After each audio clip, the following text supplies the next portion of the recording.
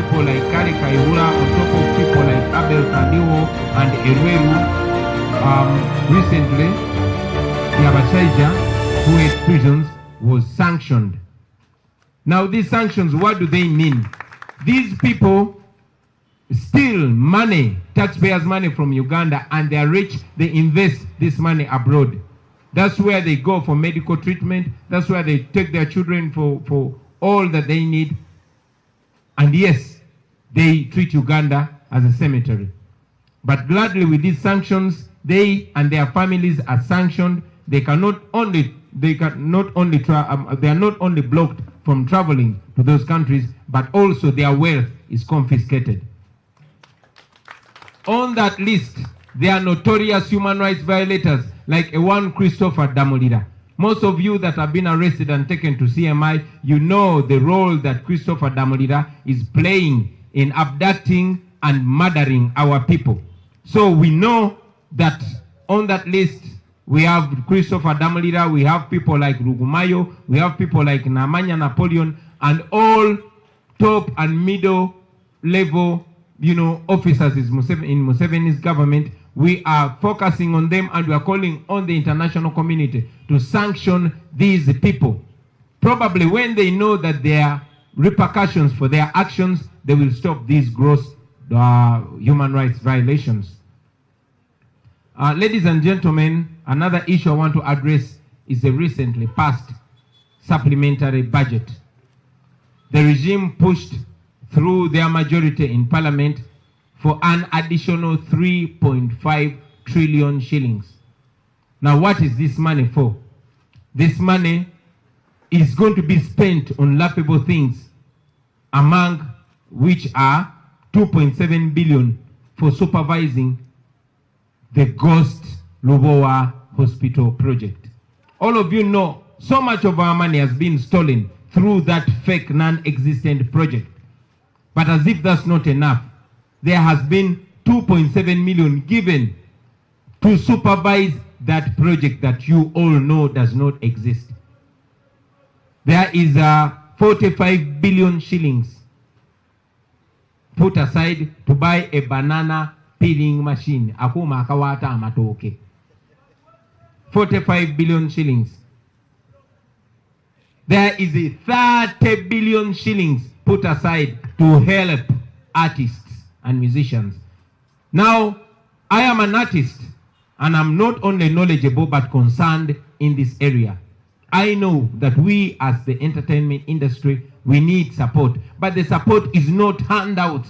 We need the policies that will make even the artists in Kabongo, in Kabera Maido, in Gomba, in Rushere, to benefit from a good system, not handouts.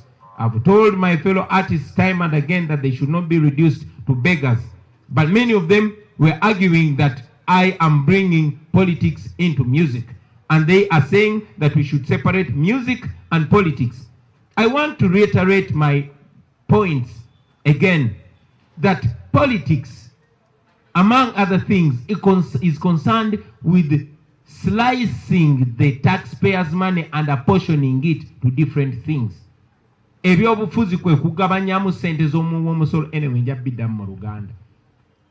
So, this is how taxpayers' money is being apportioned. Artists have been demanding for a copyright law that will make sure we have policies that will protect artists, not giving them money. But this time around, because General Museveni believes in, patronage, he believes in bribing, he has put that money aside, which money I am even sure is not going to reach the artists. The artists are only being used to steal money. And before long, you'll see fights in the industry, you'll see divisions in the industry, and yes, you'll see so many of them silenced and compromised to support the regime because they will have committed crimes relating to corruption. Now, that is not the problem. The problem is here.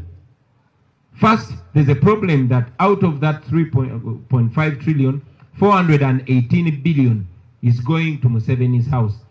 Now, this is a man that is already spending 2 billion shillings every day. However, that is not enough. Museveni needs another 418 billion to spend some more. Now, an even bigger problem comes here. On top of the 3.5 trillion, there was an addendum of 55 billion. Now, this sounds like a scandal, and it was important that I communicate it to you, ladies and gentlemen. You remember that in the past supplementary budget last year, over 77 billion, members of parliament were each bribed with 40 million shillings. Many of them denied it, but yes, some of them actually spoke the truth that they were given that money. This time they are giving every member of parliament 100 million shillings as a bribe to pass that supplementary. Let me repeat it for clarity. This time the regime is bribing every member of parliament with 100 million shillings of taxpayers' money in order to pass this supplementary budget. Now imagine 55 billion shillings just going out to members of parliament as a bribe. I want to use this opportunity to warn our members of parliament that we know about this and we have broken the news to the population. I have said it many times and I'm saying it today that I will always tell the truth and I will not defend or protect anybody that gets involved in this grand theft. We'll get details and maybe among questions. I'm very glad to have our Minister for Finance here, and it will be a great thing if we would get opportunity to answer a few questions from you. But with that state of affairs, with the way our taxpayers' money is used, now you know, ladies and gentlemen, why our roads are in such a bad state. Now you know why our schools are in such a state. Now you know why the regime is trying to silence us. Now you know why the regime is trying to bring all manner of